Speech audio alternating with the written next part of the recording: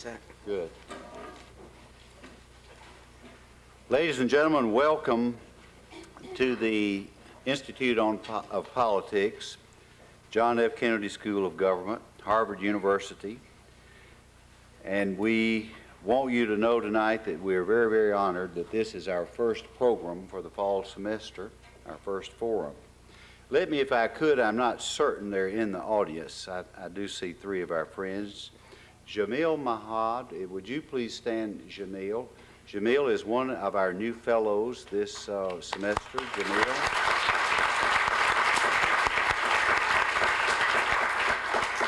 Now, he may not look like it. He is the former president of Ecuador, but he is here.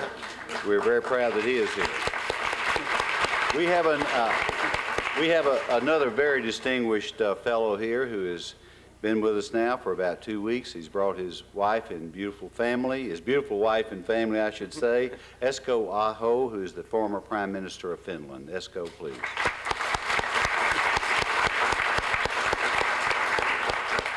And someone that you heard a lot about, especially last spring, and I bet you're going to hear a lot about him in the future. And he has really just been here a few days, and already I look up and he is everywhere. Rick Davis, who is the former campaign chair of the John McCain campaign. Rick, thank you. We have other fellows who will be coming in, and they've been here. They've had to go back to their homes, but they will be here beginning next week, and we urge you to participate in the events that they are involved with. First, I'd like to say just a word. I feel very, very honored to be the director of the Institute of Politics. My name is David Pryor, and my wife Barbara and I started about 1.5 years ago. I was a fellow here, and it was such an exciting opportunity for me and to be able to participate night after night and day after day with the wonderful events of the Institute of Politics is really an absolute honor, and let me say once again how proud we are to be here. I'd also like you to know that those of you who are here visiting the Institute of Politics, and especially a forum for the very first time, let me let you know that there is nothing to compare to this great institute. There's nothing to compare this Institute of Politics with on the face of the globe, and we want you to know it is unique, it is special. We want you to be involved with us in the Institute of Politics during this fall semester. And I'm joining the Institute after about a 30-year career, Dick, in public life and public service as a state legislator and as a governor, a member of the U.S. House, and a member of the U.S. Senate. Public service, I think, is truly a profession that is noble. It is a profession that is meaningful. It is a profession that I truly love. It is a profession that the Institute of Politics endeavors to inspire each one of you to join and become a most active participant.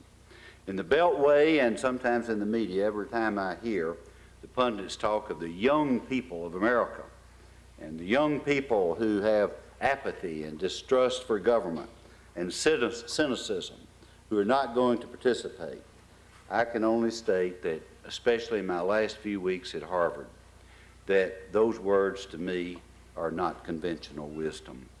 During my first days here at Harvard, I had the opportunity to witness the students in Harvard Yard and the staff of the IOP register 1/3, over 600 of the freshman class, 18-year-old voters, who will be voting for the very, very first time.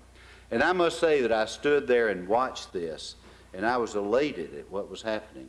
Yet I must say I felt some degree of anger that every college and every university throughout America was not doing this same thing. We have got to get people involved in our system. And I would say that Harvard University, it is my hope, I hope it is your dream, that Harvard will become that university that will vote more percentage-wise young voters in the election some 48 days from today of all of the universities and colleges across America. Please participate and please make this system better. One of the exciting and very stimulating characteristics about the American political system is its constant change. Tonight, we have joined together to discuss that change in our political culture as it is changing right before our very eyes. It is a result of the explosive growth of something we knew nothing about just a few years ago, the Internet. And the Internet is profoundly changing the way that campaigns and elections are run.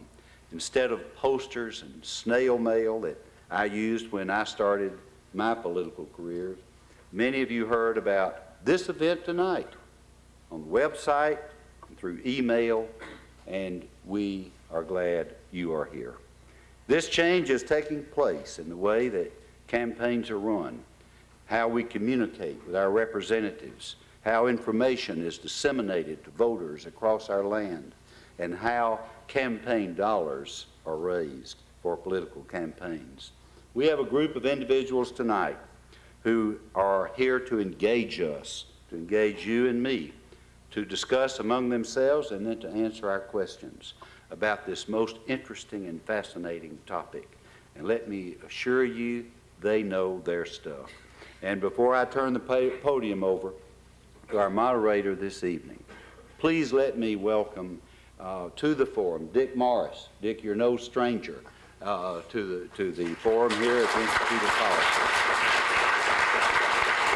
He's not going to tell you that I stacked the deck by him being the moderator.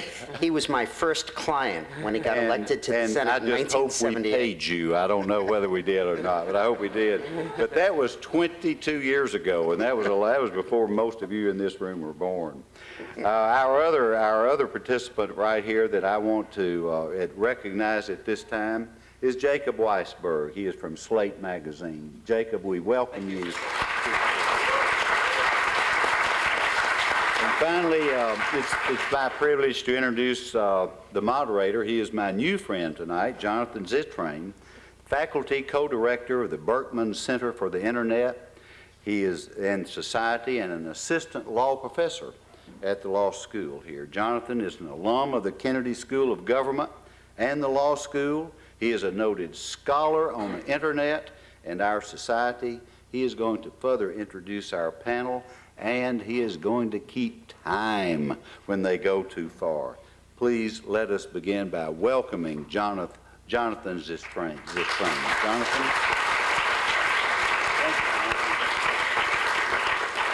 Thank you very much, Senator Pryor. You have my vote, I promise.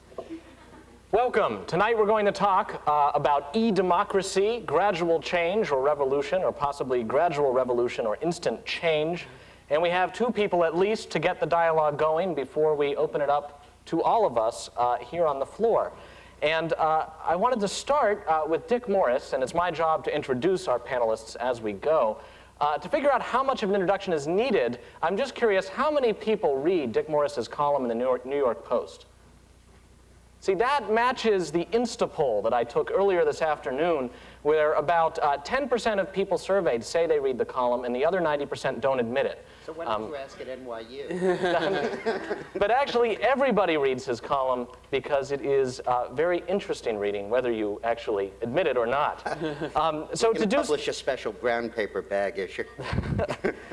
To do justice to his introduction, I actually first turned to his new book, Vote.com, and here's what it says in the back about Dick Morris.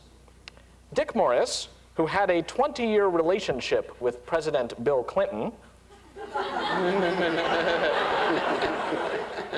is currently under contract to Fox Television as a political commentator and is often seen on other national news outlets. He lives in Connecticut and New York City. So I don't know if we'll hear anything about the 20-year relationship with President Clinton, but we're delighted to hear. What's your thesis here? I assume if there were hats being worn, Jacob's going to wear the gradual change hat. Sure. Perhaps some curmudgeon in the audience is going to wear the no change at all or retrograde hat. And you're going to wear the revolution hat. That's right. So tell us about the e-democracy and the revolution it's going to inspire. Well, I will. First of all, let me just say how wonderful it is to see David Pryor again. We last were together in the heat of battle, but it was a good one. In that campaign, my co-consultant on his campaign was Bill Clinton, who at the time was running for governor of Arkansas, and it was a lay-down race. But he was absolutely determined for David to win the Senate race. So we would sit there together writing negative ads for him and everything, and it worked out great. Let me also let me also welcome the gentleman from Finland and Ecuador. I had the privilege last month or 2 months ago of working for Vicente Fox, the new president of Mexico, which was just such an honor to help bring about that kind of change in Latin America, and also for the De la Rua, who was elected president of Argentina, toppling the Peronists who had been ruling that country for some time. It's a fascinating perspective to look at the politics of another country and understand something about politics in general through that. Watching the politics of Mexico is like watching open heart surgery. You see the beating heart of an electorate that wants to be free. And it was just so extraordinary, such an amazing experience. Well, we're here today to talk about revolution, so let me kick it off. I believe that the internet will not only fundamentally change our political system, I believe it will fundamentally change our governmental system. And I also believe that both of those changes will be good. So I have both halves of those to defend tonight. Start with politics. Back before television took politics away from the political bosses, and it democratized it to the extent that through television commercials we could leapfrog the party machines and speak directly to the voters. Back before that, campaigns were not very expensive. They didn't cost a whole lot of money. But then when television became the dominant mode of campaigning, the cost of campaigning soared. But since 1978, the number of people that watch primetime broadcast network television has dropped from 90% to 45%. And since only half as many people are watching, the politicians react by spending twice as much money so that they can still reach everybody. And in fact, for a little extra good measure, they spend 3 times as much money. But we are approaching very soon the point of diminishing returns, when the number of people that are online every night will exceed the number of people that are watching television every night.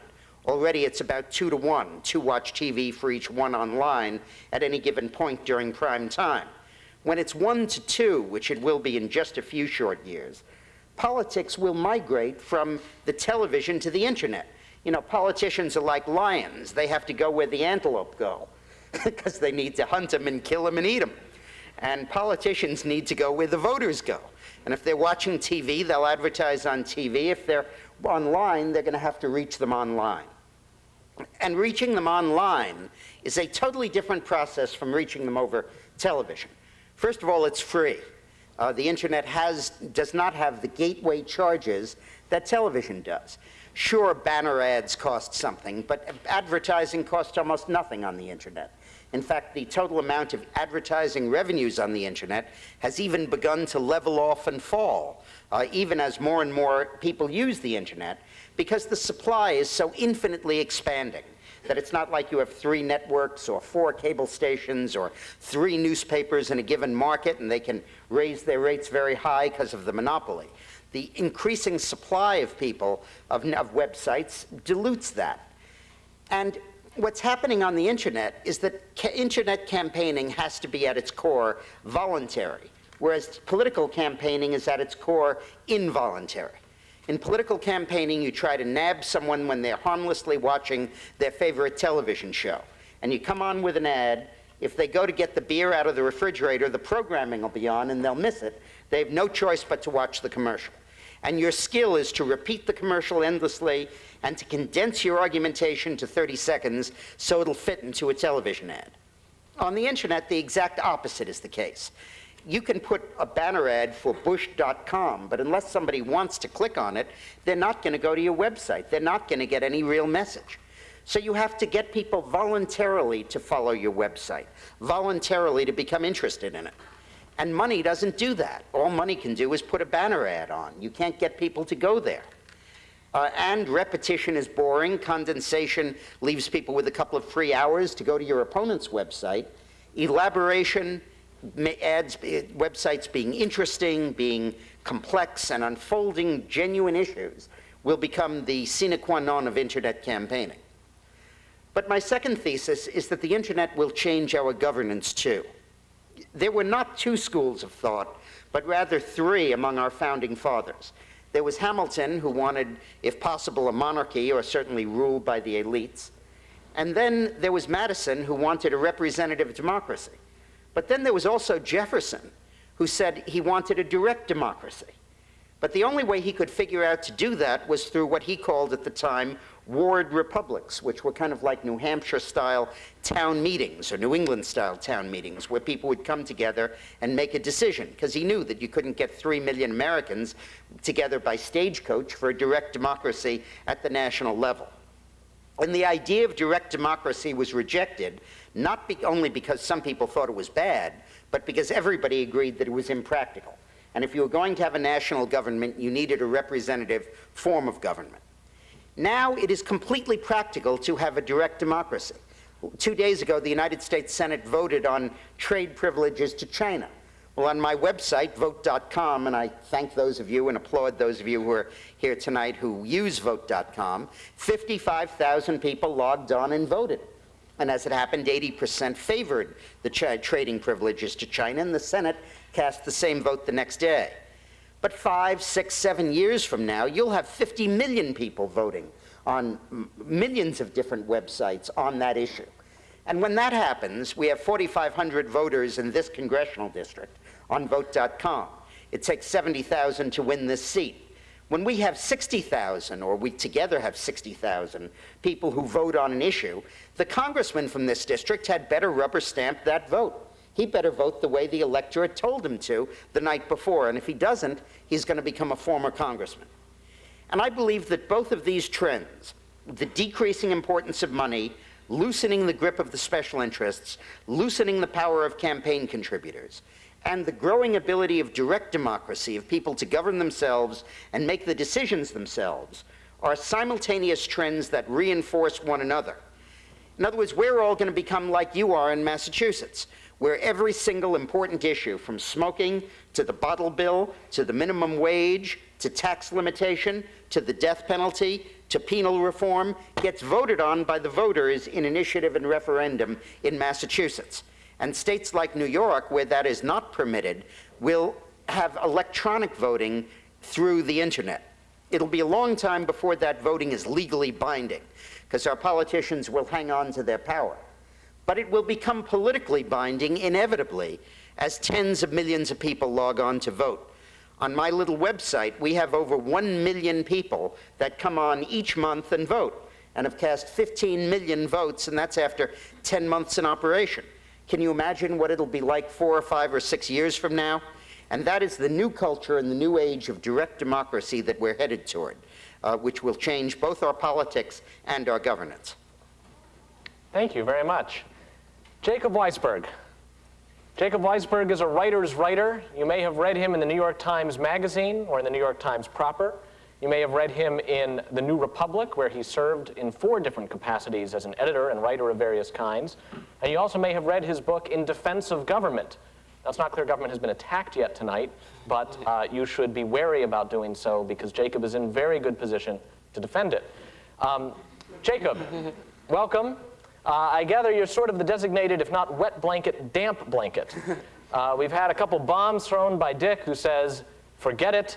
It's going to have huge change. We're going to have cheap campaigns. You can have all sorts of more detail. TV is dead, and the new internet not only makes campaigning completely different, but changes democracy as we know it. We're all going to become Jeffersonian direct democracy types. What do you say? Well, I will be a wet blanket, Jonathan, but first let me plug my own website, which please. is slate.com, just to show I have some internet credentials as well, and in fact have written about Dick Morris's theory there. I think we have to distinguish between 2 questions. The first question is whether the kind of direct democracy that Dick Morris is talking about is desirable as a thing in theory. The other question is whether it's likely to come about in practice. Dick thinks it's inevitable, and although he goes back and forth on this a little bit if you read his book, he is basically in favor of it, and I think we can say that because he has a website trying to bring it about. I, on the other hand, don't think that direct democracy on the internet of the kind Dick is talking about is either desirable or likely to happen in practice. Let's talk first about the theory. As Dick said, this is, you could portray this as a version of a very old debate, the debate between Jefferson and Madison. Please excuse the comparison. I don't mind my half. Dick represents the Jeffersonian position that more democracy is better democracy, more direct democracy is better democracy, and as Dick said, Jefferson actually tried to experiment with themes like that. There was the ward system in Virginia, and these sorts of ideas always ran up against the same problem in the 18th century and in the 19th century and well into the 20th century, which is that they were simply impracticable. Even if you confined suffrage, as Jefferson would have done, to propertied white males, there was still no hope of getting them all in the same room, even to govern Virginia as it was growing. Madison, on the other hand, was afraid of direct democracy. He wanted a system of checks and balances that would slow the popular will because he thought that popular democracy could lead to majority tyranny. And we live with the mechanisms that Madison created. Our Constitution is a Madisonian system that reflects and channels the popular will through legislative bodies that in some cases are designed to slow it down. Not to overrule it, but to prevent it from acting so quickly, to prevent popular democracy from acting as a kind of mob rule. Our system is a Madisonian system, as I said, and we delegate our power as voters to representatives. And I'd say we do that for several good reasons. One is that we don't have time as individuals to understand the issues that we would need to understand if we were in effect the legislature. We don't have the expertise, we don't have the inclination. We can't vote sensibly on 900 issues a year, which is what Congress does. Another reason that we delegate our power to representatives is that we are in some sense afraid of ourselves. We recognize the potential for majority tyranny, and we don't want to act as a lynch mob, and we recognize the value of having popular impulses slowed and checked through a representative legislature. Now the question is whether the fact that direct democracy is now theoretically possible because of the internet, and I basically agree with Dick that it is theoretically possible, does that change any of that? Do we want a different system of government now that we can have direct democracy? And my opinion is that we don't, and it's partly because those Madisonian reasons are still entirely valid. Majority tyranny is still a concern, much more so than in the time of the founders. We don't have the ability to master the number of complex issues that we would need to if we were going to vote on each issue.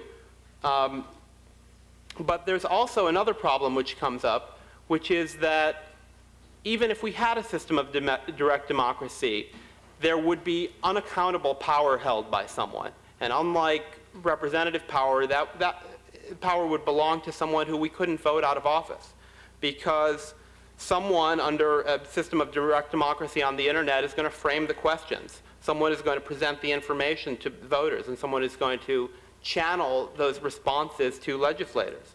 And under Dick's system, that person is Dick. Easier than running the Senate. He frames the questions on vote.com. He decides what information is available there that when you have your briefing about the issue that you're supposed to vote on.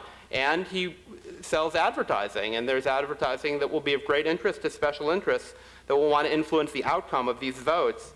And I would say in summary that that kind of system is in many ways less democratic, more subject to manipulation by special interests and moneyed interests than the representative system we have now.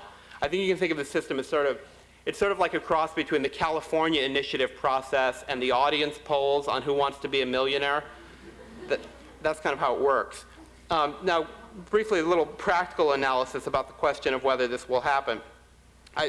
When I think about this, it could happen in one of two ways. The first is that we could change the Constitution if we felt strongly enough that we wanted a system of direct democracy via the internet. We could go through the amendment process and create a new system that would either abolish Congress or reformulate Congress. The other way is the way Dick thinks it's going to happen, which is that the system could simply sort of arise on its own, as it were, and direct democracy would come to dominate the legislature. Congress would still exist, but these votes that people would take on sites like vote.com would become so powerful that I forget how you put it, Dick, but essentially legislators would be powerless to resist them. I think we can dismiss the first possibility, constitutional change, at least for the moment, partly because the tide of public disaffection with government and with public officials is running a little lower than it has in recent years. But mainly because I think for there to be a movement to do that, the legislative branch would have to deny the public something that it favored overwhelmingly and felt overwhelmingly strongly about. And I don't know what that issue would be. Campaign finance reform? I don't think so. The second possibility is what Dick calls voting on the internet, and that I would say is in fact unscientific polling. Dick thinks that public opinion will express itself so resoundingly that it'll simply take over, and congressmen will become functionaries, and they will simply have to do as people say, as expressed in internet polls. But the question is what the internet will tell legislators about public opinion that they don't know already. We've had the scientific measurement of public opinion for more than 60 years now. It's no trick for any politician to find out what his constituents think about any issue at all using very familiar kinds of techniques. And polling on the internet, by comparison, is statistically pretty worthless because the sample is self-selected. And I'll give you an example, which is an actual example of a vote from Dick's site, which is the question was asked, do you think John Benet Ramsey was murdered by someone in her family or by an intruder? Finally, some answers. Yeah, and and I think the family won. That's not a poll you want to win. And then your response generates an email to the district attorney in Colorado saying you should indict the parents or you should indict whoever. Now, they're leaving aside the question of whether we want our judicial branch to respond to this kind of poll about who they should indict and prosecute.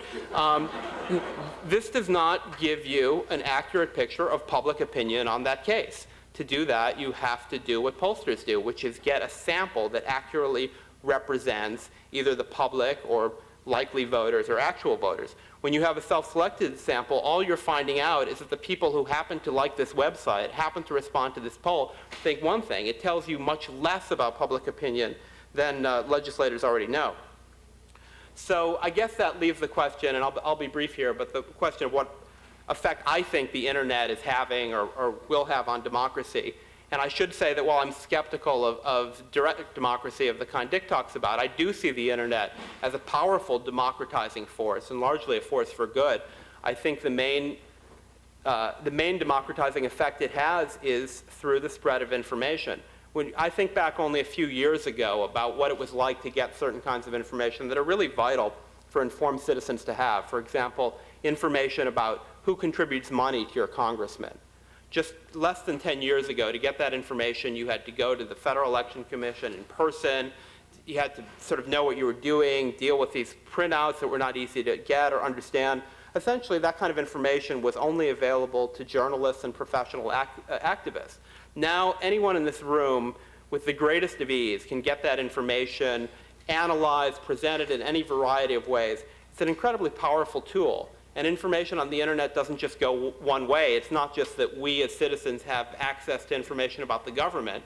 We can communicate with the government. We can communicate with each other, which gets to the other way in which I think the internet is such a powerful democratizing force, which is that it encourages participation by connecting people who share all kinds of interests, whether you are someone who is concerned about choice, abortion choice, gun control, fluoridation of water, a local zoning issue. What the internet does is it enables you to immediately connect up with the other people who care about those issues and be active both on the internet and active in person. And it's very interesting now that political protests, the kind that were at both conventions, the WTO protests in Seattle, the World Bank protests in Washington, all against globalism, all organized in large part on the internet. I do worry, and here's my concern about something that might really happen in terms of direct democracy on the internet.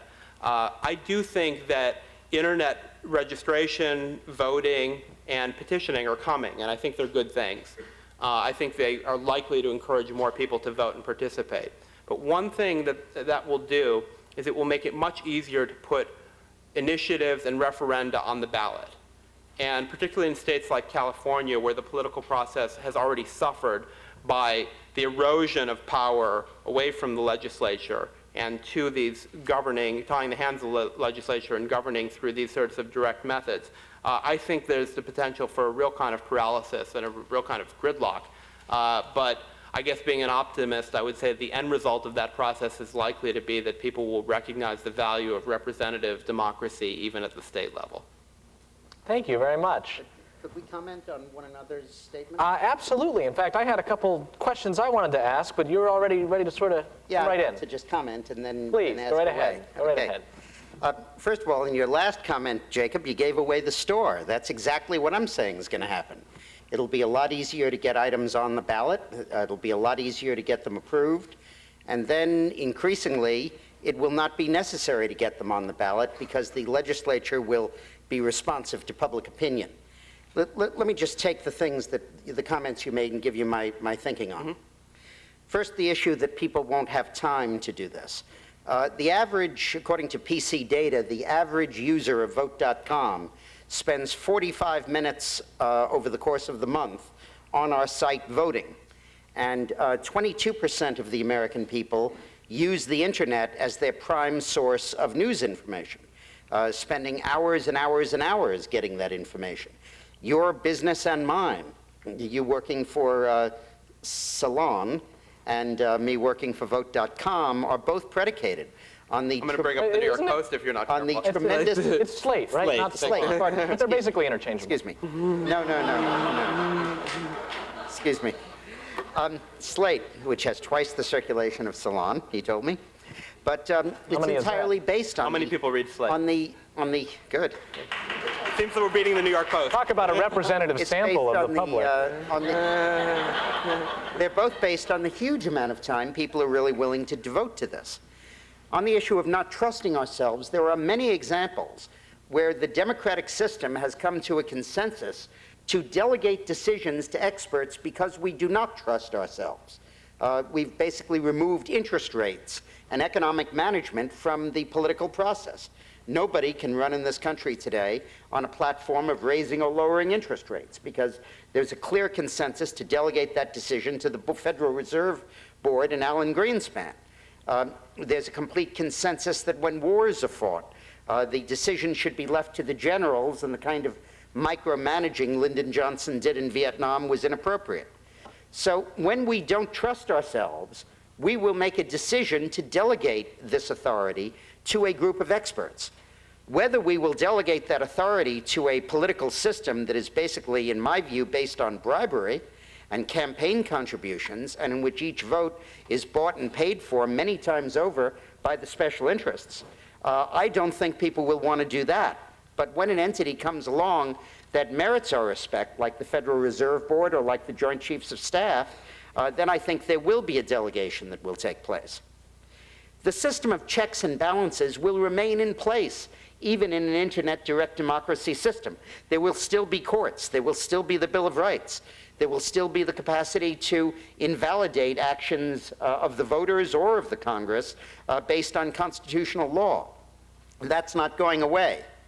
All we're doing is we're basically saying that in the United States today, the growing importance of money, the growing power of the special interests, the domination of the Democratic Party by tri-lawyers and the Republican Party by doctors, and the Democratic Party by labor unions, and the Republican Party by small businessmen, and the Democratic Party by liberal groups, and the Republican Party by the Christian right, renders them unfit for delegation of our decisions, and that we would rather trust ourselves to make these decisions than to trust them. I do frame the questions with my wife Eileen on Vote.com, but if we do a bad job, 8 other websites are going to do a better job, and everybody will go with them. So that just if a pollster abused his ability as a pollster by stacking the questions, his poll would go out of business, and there'd be 8 other polls that would take his place, and that's the check you have on it. the internet will seize power through direct voting in the same way that polling has seized power, by a multiplicity of polls that create a consensus view of what the public is thinking. But in this case, it won't be polling that will be doing it. It will be the direct expression of the people. Now, Dick, let me. I'm sorry, one last point. One There is last point. all the difference in the world between a poll and a vote. In a poll, a politician can defy the will of the poll, and nobody runs against him saying the poll said one thing and you did the other. But heaven help the politician, as in Arkansas, who opposes term limits after the people in the state have voted for term limits, and basically comes out against something the people in the state have already voted for. That's a political death warrant. And therefore, the vote of the people on an issue where they know they voted and the politician knows that they know that they voted will have a level of political force that will dwarf the current level of force of polling. So, Dick, let me just get straight how vote.com works. I went to vote.com, and too bad we don't have a live internet connection here. Somebody probably has one on a cell phone, but we wouldn't be able to see it. So I printed out the sheet from tonight. It says at the top, over 15,118,000 votes cast, kind of like McDonald's, how many hamburgers served. We're waiting until we say billions and billions. Billions voted, yes. Right. So today at vote.com, did Robert Ray cop out? No charges against Clinton's in Whitewater case. Did Robert Ray cop out? And you can tick a box. Yes, the independent counsel let the Clinton stonewalling succeed. He should have filed charges. Or no, after a long investigation, the evidence needed to convict simply wasn't there. So presume I'm a voter or a poll taker. It's not clear which I am. I go and I use the internet to read all of Robert Ray's report. I read Ken Starr's report. I get myself informed. I come, I see your vote, and I tick yes or no. And then it says at the bottom, your vote will always be sent where it counts. We'll send your vote to the Department of Justice. So tell me, what happens next? I've cast my vote, and you're saying this is a vote, not a poll. Yeah. What makes it a vote? Automatically, when you vote on vote.com, you register your email address and your zip code. And we send your vote to your congressman, your 2 senators, and some other decision maker, in this case, the Department of Justice. And an email goes out under your email name saying this is how you voted. And when the vote is closed, a tally goes out that says in your district or in your state or in the nation, the following was the result. And so that's how the process works. And what makes it a vote and not a poll? Well, the fact that we don't choose you, you choose to speak out. In a poll, we decide that only one of you is a statistically valid sample of anemic Harvard intellectuals. And we survey you. And that's the person who speaks for all of you. We make that choice. Here, all of you can vote. That's what makes it an invalid poll, but a vote is something with some legal status. The only reason this is a vote is because you're calling it a vote. It has no impact. It has nobody responds to it. You generated a spam email that is responded to by a... Please hold your voting until the end of the session. Their computer responds to your computer. I mean, you can call it a vote, but it doesn't make it a vote. We'll see what happens as the vote totals mount if politicians genuinely do not respond to it. 2/3 of them do answer. Microsoft, for example, just sent a letter to everybody that voted their way on the issue of Microsoft being broken up, thanking them and sending them more information. And free software, too? O'Reilly, the Secretary of Education, sent a letter to everybody explaining his position on vouchers. Obviously, the more this grows and the more it becomes ubiquitous, not just on my site, but on everybody's site, the more politicians are going to have to pay attention to it, and the more it will become a vote. So, Jacob, let me press you on this before we open it up to the audience. And before I press him on this, let me tell you how we're going to open it up to the audience. There are 4 microphones positioned strategically at points in the room. You should position yourselves behind them. Yeah, there's one there, quite thin, one over there, 2 that I can't see because of the bright lights, but maybe you can because you're not looking at them. And it's just sort of first come, first serve. You can queue up to the microphone. We'll go in sequence as we get started. But we might want to give some deference to heads of state. So if a head of state is in line, please allow that person to go to the front of the line. While people line up, let me just press you on this. Dick says this is not just a poll, it's a vote, because it's not just sampling people's opinion, which, if it's a good poll, really can represent the opinion of everybody, since it's a representative sample. But somehow the act of answering that question, yes or no, is the act of committing yourself to it and expressing it to the government in a way that makes you angrier as a voter at the polls later should the government not listen to you. How do you respond to that? Well, Dick keeps talking about his site and sites like it. I do note the absence of competition at this point. But it might be because there's a patent. I see there's a patent pending on vote.com. Hey, intellectual property never stopped anybody. Oh, well, okay. Yes.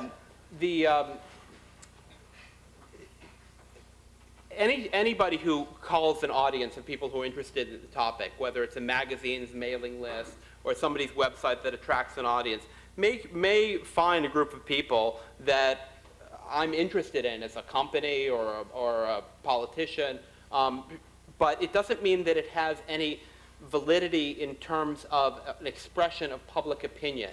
And I don't see, even if Dick's site were every bit as successful as he Jacob, hopes would you it will oppose be. a congressman reading his mail and paying attention to what they say? Well, that's an interesting point because the mail reflects a much higher level of involvement. Voters have gone to a lot more trouble to send their congressman a letter, which is why it will demand and in fact get a higher level of response. A letter will get a letter back. A spam email will get a spam email back, which is in fact what happens. But the point about this kind of polling is, again, there is no, even if it were entirely successful, even if there were 100 million people using your site, that site would not tell congressmen anything about what their constituents think or about what the public If thinks 100 that they don't know million already. people No use more the or site no to less say than- something, you wouldn't think the mob had spoken. Yeah. No more and no less, Jacob, than an election in which 100 million out of 215 million of adults vote for president. No, because tells you what the 215 million think, but who cares? The 100 million choose the president. So They choose the president in an election. It has legal consequence. People lose their jobs because of that. They don't because of the mass expression on a website. Sorry. period. Yeah. Great. Let's open it up to questions. Start with this microphone. Please keep them brief, or I may treat you as poorly as I just treated Jacob. Okay. My name is Rasmus den Bergen. I'm a student here, and I organize a startup project here at the Kennedy School called the Global Democracy Experiment. And if you hear that title, you already know my opinion. I think the revolution is even more important than Dick Morris said. And that it not Some of your cohorts there. Yes. Thank you. Not only will it affect American politics in a fundamental way, but international politics as well. It will go far beyond the borders of the nation state, and it will create for the first time the opportunity to create democratic international institutions. I agree. Yep, sorry, go ahead. Okay. So my question is three short questions. One to a customer, please. Yeah. First, is it desirable to have an international global democracy pursued by the internet? Second, is it likely? And third, how long will it take? Yeah. Yes, and soon. Thank you. Thanks.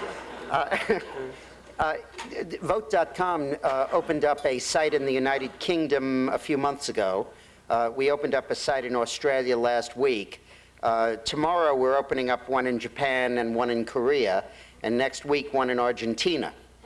I look forward to the day when we're in every country in the world. The global financial markets have a method of speaking. Their interest rates, currency exchanges, the markets speak. But global democracy has not kept pace with the power of global money. And as a result, even in entities like Europe, where pan-European decisions are made by bureaucrats and bankers, there is no national democracy, international democracy in Europe to give the people a chance to speak. And long before nation states band together to permit that legally, the internet will create that de facto. And you will find major decisions of the World Bank or the IMF, such as to require that Korea open its industries to colonialization, which is essentially what it did. You will then have a mass vote on that of hundreds of millions of people throughout the world voting on it, and that will have a big impact on the power of the IMF. And to say that right now my little infant website that began 10 months ago doesn't have that kind of clout, okay, but come back in a year, come back in 2 years, come back in 3 years. And inevitably, this is going to happen because of the demand that you just articulated. Jacob, any quick thoughts, or should we? I'm No, sorry. but let's Yeah. go on to the next. Great. Question in this vague zone. Up here. Yes, go ahead. Hi, I'm Taylor Terry. I'm a lowly undergrad up here in the cheap seats. That's okay. Your vote matters as much as anyone else. Do you have a nosebleed? Not yet.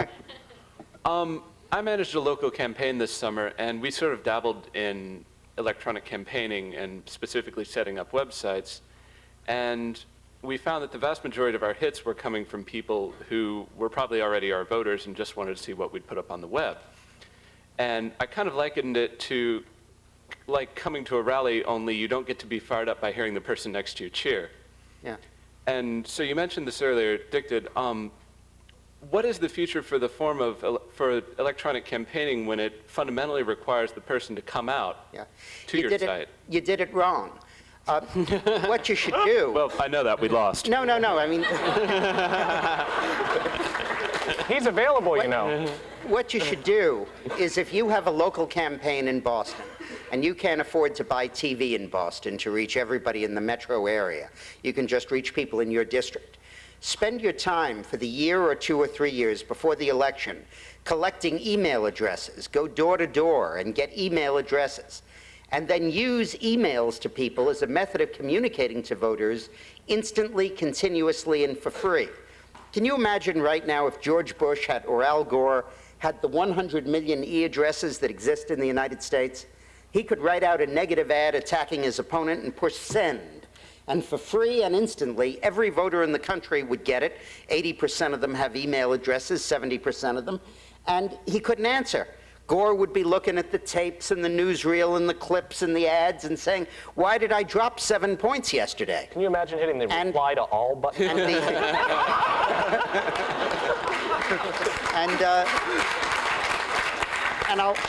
And I'll tell you something. Had I stuck around in the Democratic Party after 1996, I would have spent 4 years doing nothing but getting email addresses. And right now, my opponent would be spending $6 million per flight of TV to get a message through, and in the meantime, I'd have sent out 10 over the email. And he wouldn't even know how to begin to answer those, and I'd win the election, and nobody could tell why. The politicians haven't caught on yet. And in your district, when you do it next time, do it right. Jacob, any thoughts? Well, some of what's starting to go on in campaigns is pretty scary. I don't want to portray myself as a skeptic about everything to do with the internet and politics. I'm, in fact, pretty much of an enthusiast about a lot of campaigning on the internet, and I've been following this year's election very closely in that regard. But some of what political professionals are going to do does alarm me. If you visit a website, they can use the cookie, which is left on your browser, to cross reference personal information about you with voter registration lists, and then target with incredible precision banner ads to you so that the ads... People against gun control get gun ads Right, or something. and in fact, it creates the possibility of sort of micro-campaign, micro-pandering, where candidates are sending out very specific messages to very specific kinds of people, and the people you don't, as the user, you don't even know why this ad is appearing. You don't realize that it's targeted at you. Heaven help them. They'll actually communicate to voters about what concerns them. Well, communication and advertising is a kind of communication, but it's often not the most informative kind of political advertising. And as a citizen, it's not my preferred method. I want to keep the pace up as the sand goes through the hourglass. I want to take questions in clumps of 2. We all have pens. We can write down 1 and 2 and then address them in those clumps. So go ahead, sir. Yes, my name is Dave Halpern. I'm a student at the Graduate School of Political Management at GW. I'm on independent study here in Boston. Good school. Yes, thanks. My question for you is, it was brought up before as far as lobbying groups influencing these polls, that when they catch on to questions that are online, that will sort of, the lobby groups will, send emails to their supporters, and it'll just magnify their interests rather than the interests of everyone. Right. And also, sort of a two-part to that is, how can you account for the digital divide and how rural areas don't have computers as much as urban and suburban areas, and what impact do you think that'll have on smaller races, in states that are more rural in nature? Gotcha. Let's get another question lodged and then let our panelists answer. My name is Scott Golden, I'm an undergraduate at the college. I sort of have an observation and then a question based on that. One of the most important aspects of our vote as it is now is the anonymity factor, secret ballot and such. And by sending an email from the person's email address, advote.com, that takes away that fundamental principle. And I suppose my question based on that is, do you see either of you at any point a reason why this is better, why there should not be a secret ballot method, or do you see digitally a secret paradigm coming into play? Great. So basically 2.5 questions floating around. Jacob, you want to go first, and then Dick? Well, I repeat, perhaps I didn't make my point clear. It's not a vote, and I don't think it's going to happen. So I'm not terribly concerned about that problem. But I think you have to ask, what is the problem with our constitutional democracy that this is designed to solve? Dick mentioned influence of special interests, role of money in the process. I think if you want to see a system that is dominated by special interests, dominated by the spending of money, this is going to be it. And the closest thing to it is the initiative process in California, which works exactly that way. Special interests spend sums on those initiatives that dwarf what's spent on the most expensive senatorial campaigns in the country. The voters are subject to this barrage of television advertising. It is not an intelligent, deliberative process, and it's certainly not one that has gotten special interest and money out of the process. So that's the grassroots or AstroTurf question. Which is it that's being enabled? Go ahead. That's great.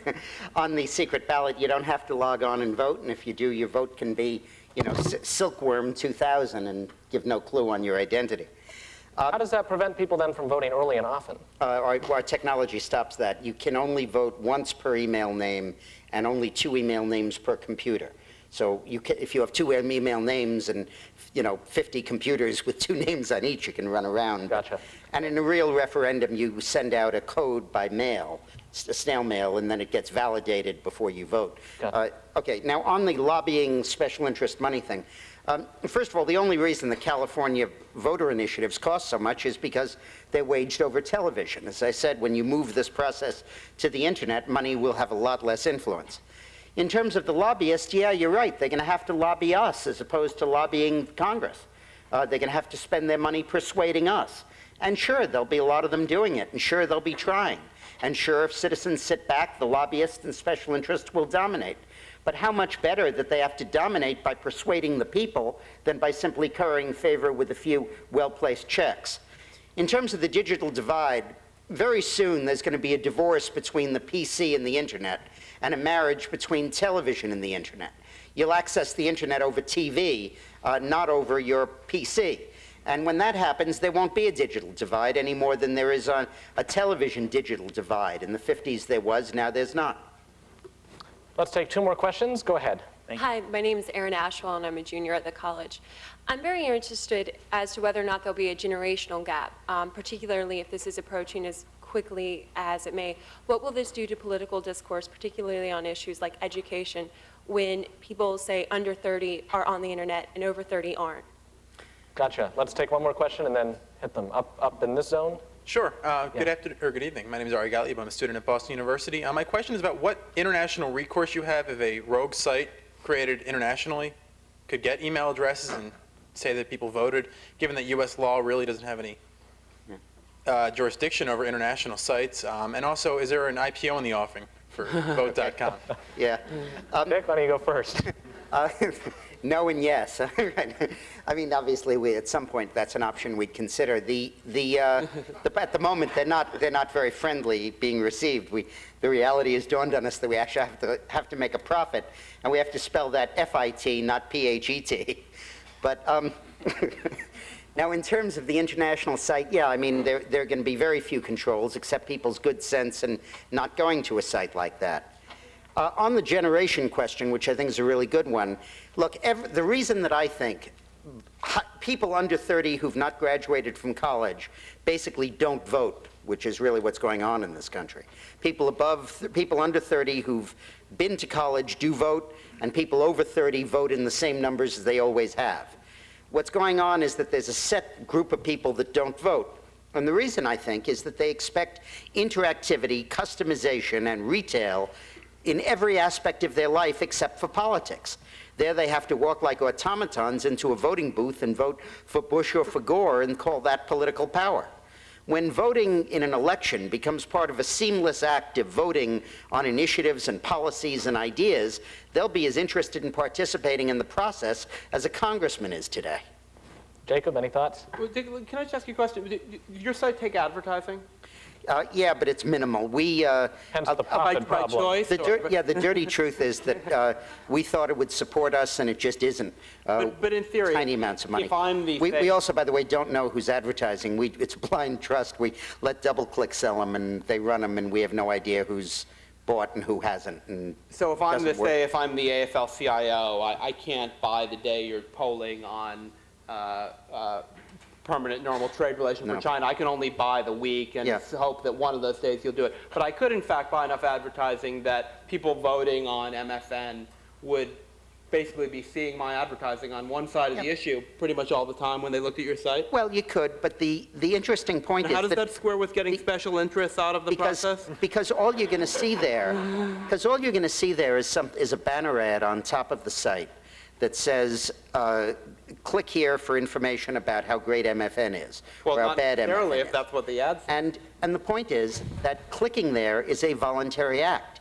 It's entirely different from a 30-second ad that you have to listen to that's crafted by professionals to motivate you. But there was It's a some little bit precedent. more like an ad in Slate magazine, where an ad might be running on MFN, and there might be an article right next to it on MFN, and there might be a placement of juxtaposition. And we know that the article would be far more persuasive than the ad, don't Well, we? let's hope so, but that's just opinion journalism. But here, this is something unprecedented, because if this actually were voting, as you say, people would be looking at advertising on one side of an issue while they were actually voting. That strikes me as a democratic innovation. Yeah. Get Look, actual voting, advertising into the voting booth. Look, the difference. Actually, that's a good idea. Let's have privatize the voting booth and do that. You know, there's a very important point here. Advertising doesn't work on the internet. It doesn't work to get people to use the internet, and it doesn't work to influence people on the internet. Vote.com spent $1.3 million on advertising in the first 2 months of operation, and we got 250,000 users. Since then, we've spent $60,000 on advertising and have gotten 710,000 new users. So there's actually an inverse relationship. Yeah. It spreads by word of mouth. It spreads by people notifying friends and family. And banner advertising is fading from the scene. I don't know if it'll even exist in the future. So what is because it just doesn't work. It's why DoubleClick is in a crisis. So Vote.com's revenue model now is? What we're doing is that we take, stealing, what we do is that we take our sample of 1 million voters, and we say, if you would like to participate in a statistically valid poll, which will be done online, not over the telephone, and have a chance at winning a Palm Pilot or something. I saw frequent flyer Click miles here. if you register. Yes, a frequent flyer. And we have 110,000 people who volunteered out of our 1 million sample, and we sell access to them to a polling house, which instead of phoning people at $30 an interview, does it online at like $2 an interview. And increasingly, the whole field of polling is going to go from the telephone to online. But advertising, I don't even I mean, if we decided tomorrow not to run ads, it would have no real impact on our business because internet advertising just doesn't work. People don't pay any attention to it. I feel bad. People are cooling their heels. Let's do microphone here and then there. Up here? Yes, hi. My name is Rick Miner. I'm a student here at the Kennedy School. And I feel quite safe with the question I have to ask because I'm so far away from the stage. But anyway, what the question I had is I'm good aware that the exits are far from you, too. So. This would be a question for Dick, then. We've been talking about mob rule, Yeah. With all due respect, Mr. Morris, I have some serious concerns with what you're proposing because it undermines the ability of our political leaders to compromise. If I have a referendum that is on your voter.com, that referendum might pass because of a 50.1% vote for that, but there's 49.9% of the people, the population that has voted, that are not served by that referendum because it's against their wishes. How can you say that the common good is served in cases like that? Fascinating question. Let's hear the next one. Hello, I'm Zachary Neumann. I'm a first year at the college, and I just would like to know, do you believe the internet will allow for the shortening of the lengthy campaign and election cycle? Gotcha. Two great questions. What do we say to the binary question issue? You can't compromise when there's just a binary question. Why don't you take it first, Jacob? I think that's a very good point. I mean, if you look at vote.com and you are looking for an opinion that represents your own, of course you will hardly ever find it if your opinion reflects any degree of subtlety or sophistication about an issue. I mean, it's a yes or no. You can be for it or against it, but you can't be for amending it, and you can't be for What, part is of Gore it. a hypocrite for raising money from Hollywood while criticizing it? Yes or no? I'll give you a good example. This is a real example. Are you for voucher choice in education? Well, I'll tell you my position. I'm skeptical of it, but I'm in favor of trying some experiments with it, partly because I'm skeptical about it, and I would like a good demonstration that I don't think it will be very effective on a You can tell he gets paid by the word. Yeah, exactly. So on vote.com, I get to vote, am I in favor of voucher choice in education, or am I against it? Well, neither, but even that level of deliberation is absent a debate, which takes place in a choice of binary alternatives. That's And absolutely any right. thoughts on the internet and election cycles? That would be a very good deed if the internet could do that. I do think, Could lengthen or shorten? if it could shorten it, I mean, I think covering the presidential campaign, I feel very strongly that it's too long, and that the process is very unfair because of the sort of arbitrary power it gives to people who happen to live in certain primary states. I think that process needs to be reformed. It's hard for me to see at the moment how the internet is pushing in that direction. Dick, any quick thoughts? We're yeah. running low on time. We adopted this binary system from the United States Congress, where they vote yes or no on things. And But the things aren't handed to them, to be sure, by someone else. And it may be simplistic, but it's how they do it. If sentiment develops for a compromise, for example, token experiments, model demonstration grants on vouchers, and that becomes an issue in play in our political process, you can bet sure as hell we'll have a vote on it. In terms of the issue of I'm sorry, there was campaign season. It will lengthen it because it'll mean that it's a constant process. It never stops. And it also means that more will be compacted into each moment of it. On the night before Election Day, each candidate will send out 5 or 10 nationwide email blasts, and you'll have 20 emails in your mailbox every night on that night of each charge and countercharge of Gore and Bush. And that'll happen night after night after night. And that's the way the process will work. The head of state from Finland, I think, had a question. Was that right? Yes. I'm sorry, sir. You had a question, and Yes. we have a Using priority for ministerial heads of privilege, state. yes. Yeah. Here I thought I was Yeah, kidding. I'm very happy to take part in this debate because of the fact that... And Finland has the largest percentage of internet use in the world. That is correct, yes. And one reason is that we made late 80s or in the middle of 80s, we made very important political decisions to invest in telecommunication systems and to liberalize. You also have long winters. Oh, yes. But we digress.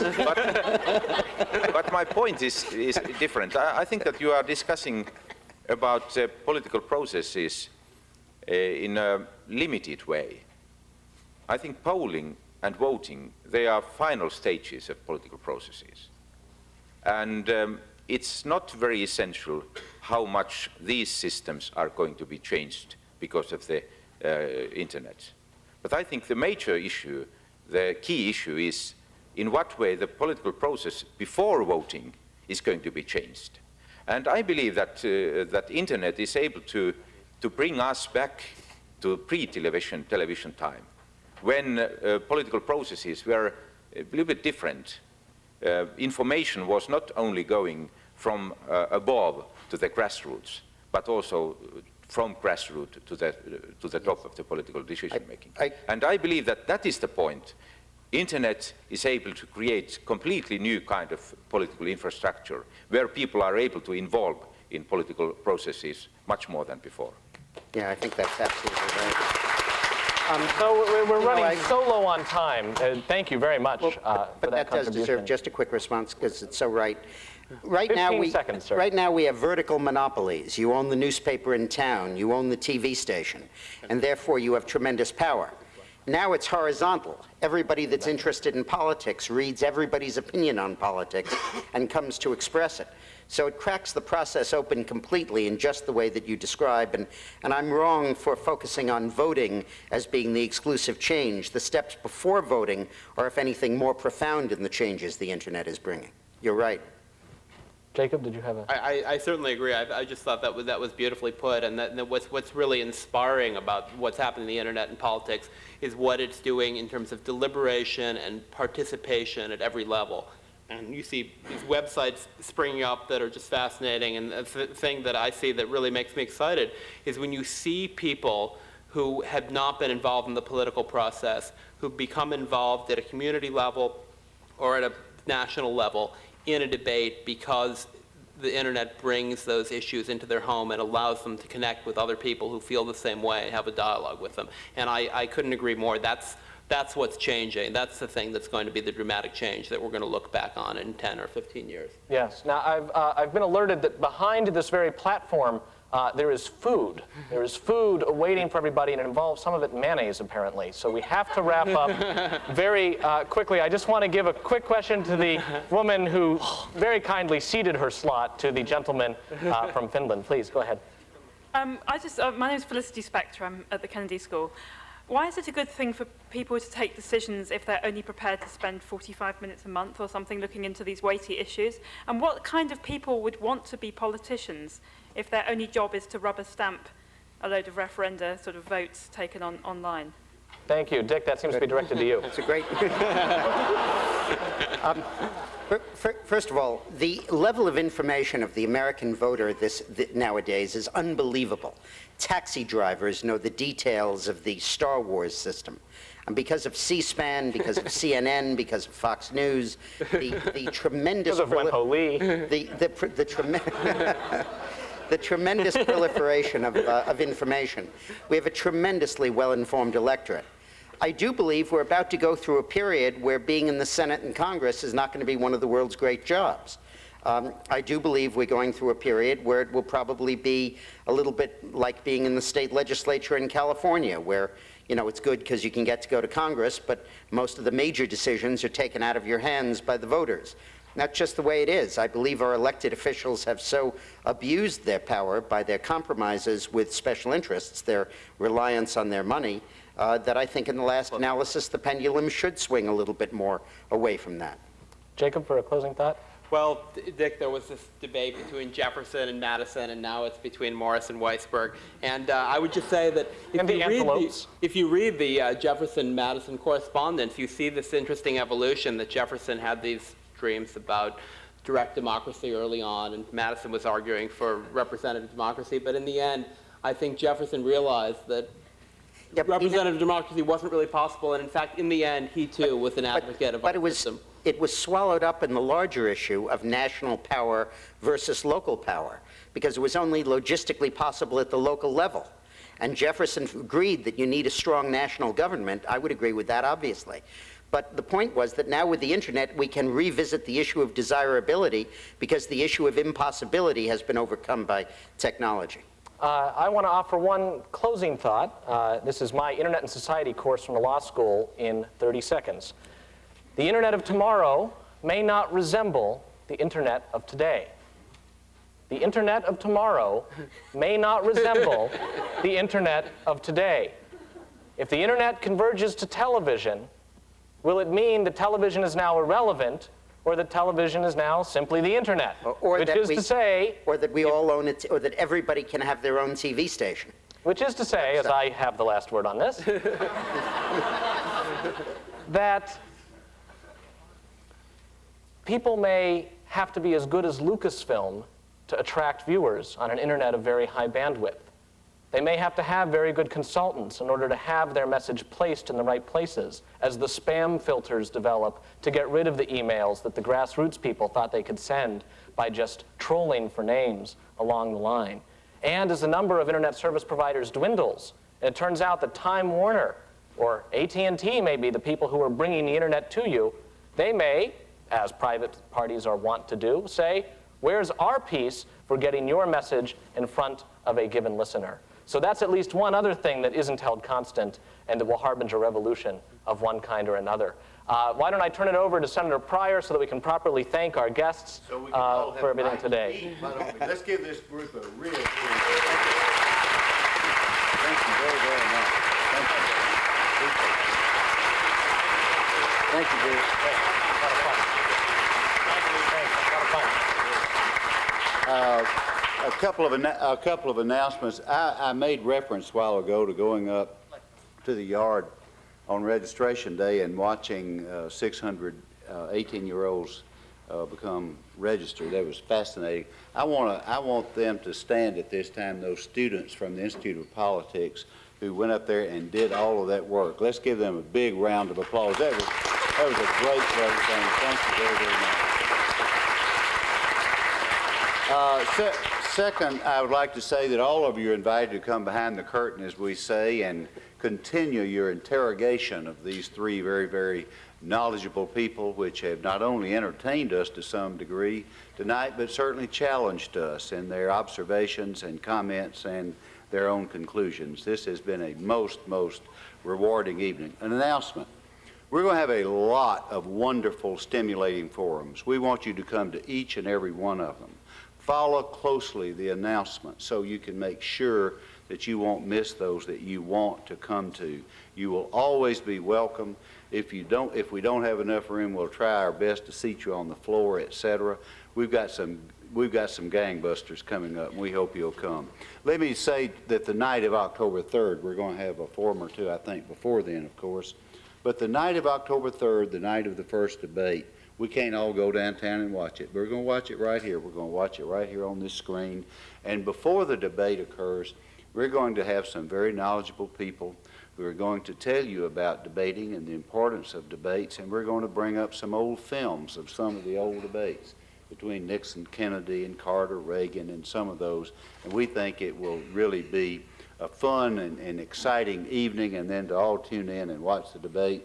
In fact, if we can scrape up enough bucks from some of the right funds around here, I can't figure that out, we'll even have the popcorn machine going, and so we want you to come.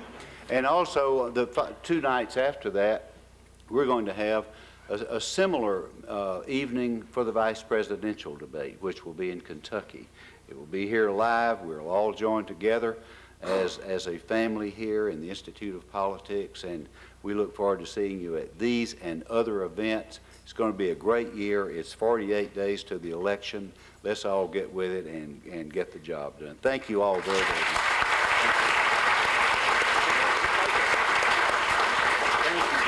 Wasn't this good?